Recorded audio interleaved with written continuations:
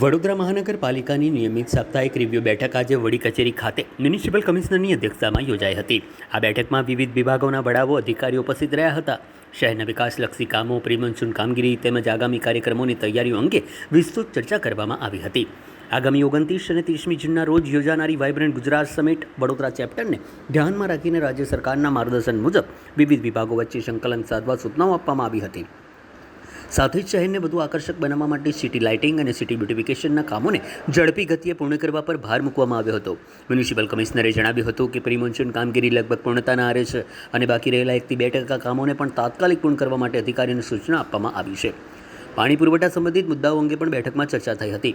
ખાસ કરીને ગંદા પાણીના ઓછા પ્રેશરની સમસ્યાઓના નિવારણ માટે જરૂરી પગલાં લેવા સૂચના આપવામાં આવી છે. આજવાથી આવતી 125 MLD પાણીની લાઇનનું કામ પૂર્ણતાના આરે હોવાનું જણાવ્યું હતું. આ યોજના પૂર્ણ થતાં શહેરના પૂર્વ વિસ્તારમાં વધારાના 50 MLD પાણી પુરવઠો ઉપલબ્ધ કરાવવાનો માર્ગ મોકળો બનશે. આ બેઠક દરમિયાન શહેરના વિવિધ વિકાસલક્ષી પ્રોજેક્ટોની સમીક્ષા કરી જરૂરી માર્ગદર્શન અને સૂચનો આપવામાં આવ્યા હતા. મ્યુનિસિપલ કમિશનરે શહેરના સર્વાંગી વિકાસ માટે તમામ વિભાગોને સંકલન સાથે કાર્ય કરવાની અપીલ પણ કરી હતી.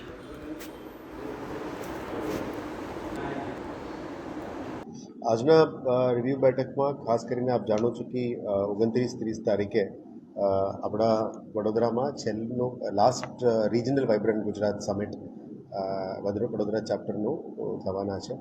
એટલે એ રાજ્ય સરકારના ઇન્ડસ્ટ્રીઝ ડિપાર્ટમેન્ટ દ્વારા વડોદરા વાઇબ્રન્ટની આયોજન કરવામાં આવી રહ્યા છે.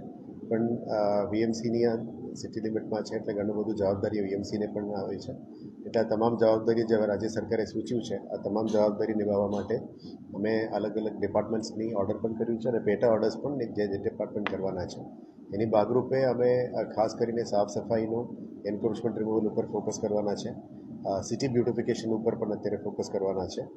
સિટી લાઇટિંગના ઉપર પણ ફોકસ કરવાના છે. કારણ કે આપ જાણો છો કે Vadodara airport, Vadodara railway station, bus stations અને અમદાવાદ, સુરત તરફથી પણ મોટા ભાગમાં આખા ભારતમાંથી લોકો પણ આવવાના છે. જે રીતનું બાકી રિજનલ વાઇબ્રન્ટ સમિટ થયું છે આ રીતનું જે ગાંધીનગરના થનાર મેઇન વાઇબ્રન્ટની પહેલાં એટલે સેકન્ડ લાસ્ટ કહેવાય લાસ્ટ રિજનલ વાઇબ્રન્ટ વડોદરામાં થવાના છે. આ વાઇબ્રન્ટ ગુજરાત અંતર્ગત ઘણી બધી ઇન્વેસ્ટમેન્ટ્સ પણ વડોદરામાં આવવા માટે જે ચર્ચાઓ થનાર છે. રાજ્ય સરકારના અલગ અલગ ડિપાર્ટમેન્ટ્સ એના માટે પ્લાનિંગ કરી રહ્યા છે. અલગ અલગ સેમિનાર્સનું પ્લાનિંગ કરી રહ્યા છે. વીએમસીનું પણ આની અંદર એક સેમિનાર અર્બન ડેવલપમેન્ટ ડિપાર્ટમેન્ટ દ્વારા કરવામાં આવી રહ્યા છે. એમાં ખાસ કરીને high speed corridor area development ઉપર અમારું એક 2 કલાકનું સેમિનાર આયોજન કરવામાં આવ્યું છે.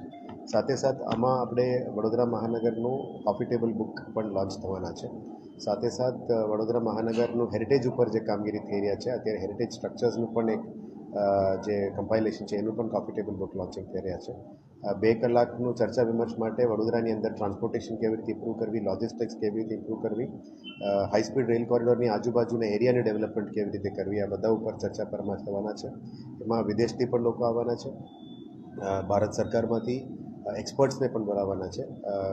વડોદરા સિટીમાં પણ વીએમસી તરફથી અને અર્બન ડેવલપમેન્ટ અને ઇન્ટેક્સ બી દ્વારા પણ જે લોકોને અત્યારે આમંત્રણ આપવામાં આવી રહ્યા છે.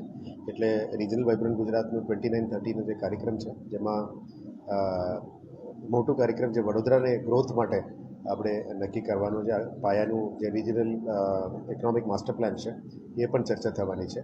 એટલે ઘણો વર્ષોથી જે વેઇટિંગ છે આ બધાનું અત્યારે હવે આવનારા દિવસોમાં આગળ વધવાની કામગીરી છે. સાથે આ સિવાયનું પણ અત્યારે પ્રી મોન્સૂન એક્ટિવિટીમાં જે 2%, 1% જે કામગીરી બાકી છે એ બધા ઉપર અત્યારે ચર્ચા પરામર્શ કરી છે. સાથે આ પ્રી મોન્સૂન એક્ટિવિટીના ભાગરૂપે વોટર ડ્રેનેજ અને રોડમાં જે મેજર ઇસ્યુઝ છે એ બધાને પૂરું કરવા માટે આજે ઝોનલ એન્જિનિયર્સ અને કન્સર્ન ડિપાર્ટમેન્ટને પણ સૂચના આપી છે. સવારે શાળા પ્રવેશોત્સવમાં જેમાં વિઝિટ દરમિયાન આંગણવાડી સ્કૂલ્સમાં પણ કદાચ કંઈ ખામી હોય અથવા આવનારા દિવસોમાં વધારાનું ઓરડા બનાવવાનું હોય, વધારાની ફેસિલિટીઝ કરવાનું હોય એ બધું સુધારવા માટે આંગણવાડી, સ્કૂલ્સ અને હોસ્પિટલ્સમાં જે પણ ખામીઓ છે, નલનું કનેક્શન, ઇલેક્ટ્રિસિટી કનેક્શન અથવા કોઈ બારીઓ રિપેર કરવાનું, કોઈ ટાઇલ્સ રિપેર કરવાનું, આ બધું બેઝિક ઇન્ફ્રાસ્ટ્રક્ચરની સુધારો કરવાનો હોય એના ઉપર પ્રામાણિકતા આપવા માટે પણ અત્યારે સૂચના આપવામાં આવી છે. ખાસ કરીને આવનારા દિવસોમાં અમે આંગણવાડીઝ જે રેડી થઈ રહ્યા છે એને ઇનોગ્રેશન ઉપર લઈ જવાના છે. સાથે બ્રિજ ડેવલપમેન્ટની અંદર અંડર બ્રિજ ડેવલપમેન્ટ છે એ પણ લઈ જવાના છે.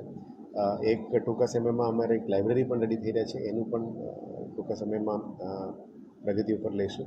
આવા નાના નાના જે કામો છે જે મેજર સિટીની ગ્રોથ માટે મદદ કરી એ બદલનું રિવ્યૂ કરીશું. અને મોટા પ્રોજેક્ટ્સ જેમાં swimming pools, sports stadiums, auditoriums, ward office, આ બધાનું પણ અત્યારે ઓલમોસ્ટ એસ્ટિમેટથી લઈને દરખાસ્ત લેવલમાં આવી ગયા છે. એટલે બજેટમાં જેટલા પ્રોમિસ કર્યા છે આ બધા ડિલિવર કરવાની સમય આવી ગયું છે. એટલે આના ઉપર પણ વિકાસ કરવામાં આગળ લઈ જવા માટે નક્કી કર્યું છે. અને ટૂંકા સમયમાં આપણે PM E-બસનું જે લોન્ચિંગ છે એનું પણ આપણે ડેટ્સ તૈયાર કરી રહ્યા છે. એટલે વડોદરા શહેરને ડેડિકેટ કરી શકાય એવા દિશામાં અત્યારે તૈયારીઓ ચાલી રહ્યા છે. સાથે સાથે ચારો ઝોનમાં જે શાક માર્કેટ્સ, જે નેચરલ ફાર્મિંગ માર્કેટ્સ માન્ય ગવર્નર શ્રી, રાજ્યપાલશ્રી, મુખ્યમંત્રીશ્રીએ આદેશ આપી છે એનું પણ બનાવવાનું તૈયારીઓ અત્યારે શરૂ થઈ ગઈ છે.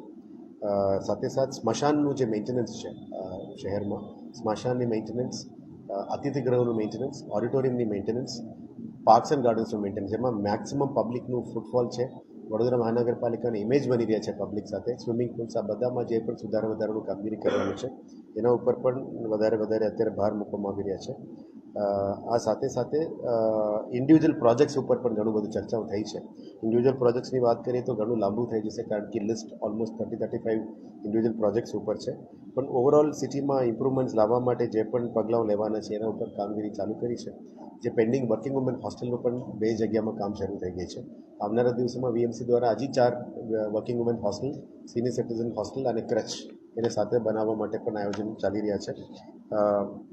એટલે આજના ચર્ચામાં ઘણું બધું અમે પેન્ડિંગ પ્રોજેક્ટનું રિવ્યૂ કર્યું છે. એક પ્રોજેક્ટ વાઇઝ આવનારા દિવસમાં આપણે ડિટેલ આપવામાં આવશે. પણ ઓવરઓલ વાઇબ્રન્ટ ગુજરાતની તૈયારીઓ અને સાથે સાથ જે ઓન ગ્રાઉન્ડ તૈયારી અને બિલો ગ્રાઉન્ડનું જે અંડરગ્રાઉન્ડ પ્રોસેસીસ છે એ બધા ઉપર પણ ભાર મૂકવા માટે નક્કી કર્યું છે. પાણી વિષયમાં પણ થોડી ચર્ચા કરવામાં આવી છે, જેમાં કન્ટામિનેશન ઇશ્યુઝ હોય, લો પ્રેશર ઝોન્સ ક્યાં ક્યાં છે એનું પણ નોટિફિકેશન આઈડેન્ટિફાઈ કર્યું છે. લો પ્રેશર ઝોન્સમાં પાણી આપવા માટે પણ નક્કી કરવામાં આવ્યું છે. સાથે સાથે જે જગ્યામાં કન્ટામિનેશન ઇશ્યુઝ હોય, અદરવાઇઝ પાણી બેક મારતું યા પાણી મિક્સિંગનું કમ્પ્લેન છે એને પણ સુધારવા માટે અત્યારે કાર્યવાહી શરૂ કરી દીધી છે. અને કદાચ કોઈ જગ્યામાં ફેરવવામાં પણ કંઈ ઇશ્યુઝ હોતું હોય, અદરવાઇઝ લીકેજીસનું ઇશ્યુ હોય એને ફિક્સ કરવા માટે પણ તપાસ કરવા માટે પણ અમે JDને પણ કીધું છે કે જેથી કરીને જે કન્સર્ન ડિપાર્ટમેન્ટમાં કોઈ પણ ખામથી પબ્લિકનું જે સર્વિસીસ આપવામાં હોય એમાં કંઈ ખામીઓ ના રહેવું જોઈએ એ બાબતનું તમામ તૈયારીઓ કરવા માટે પણ સૂચના આપી છે.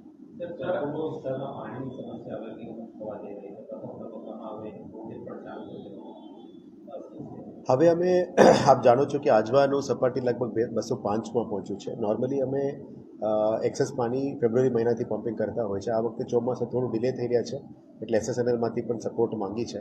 પણ 125 MLDનું લાઇન ઓલમોસ્ટ પૂરું થવાનું છે. હવે 2-3 જગ્યામાં જે અંડર પુશિંગ કામગીરી કરવાનું છે એ કામગીરી ફિલ્ડ વિઝિટ અધિકારીઓ બધા ગયા હતા, અમે પણ ગયા હતા. આ કામ ચાલી રહ્યા છે. ટૂંકા સમયમાં ઈસ્ટ ઝોનમાં 50 MLDનું પાણી અમે પુશ કરવાનું પ્લાનિંગ કરી રહ્યા છે, જેથી કરીને વોર્ડ નંબર 4, 15, 14 અને નોર્થ ઝોનની 13માં પણ જે ઇશ્યુઝ છે, પ્રેશરનું ઇશ્યુઝ, કન્ટામિનેશન ઇશ્યુઝ, આ બધું ફ્લશ આઉટ કરવા માટે મહેનત કરીશું. અને બાકી જે 75 MLD છે એ ડિસેમ્બર મહિનામાં રેડી થશે, કારણ કે એક WTPનું કામ ચાલી રહ્યા છે. સાથે સાથ સિંદરોટમાં પણ 150 MLD વધારે સ્ત્રોત અમે ક્રિએટ કરવાનું નક્કી કર્યું છે, જેથી કરીને ત્યારનું વેસ્ટ ઝોનમાં ભીલ બાયલી વિસ્તારમાં પણ જે પાણીનું આવનારા દિવસોમાં રિક્વાયરમેન્ટ આવશે એ પણ કરીશું. અને અત્યારે જે ટેન્કર ચાલી રહ્યા છે આ બધાને ટૂંકા સમયમાં બંધ કરવા માટે જે પ્રોસિજર કરવાનું છે એના ઉપર 100% ફોકસ કરીશું, કારણ કે અનનેસેસરી આ બધું ફેરાઓના કારણે આપણે આપવું પડે છે, પ્રેશર ઓછું છે. એ બધું આપણે 50 MLD પાણી આપવાથી ઓછું થઈ શકે એમ છે.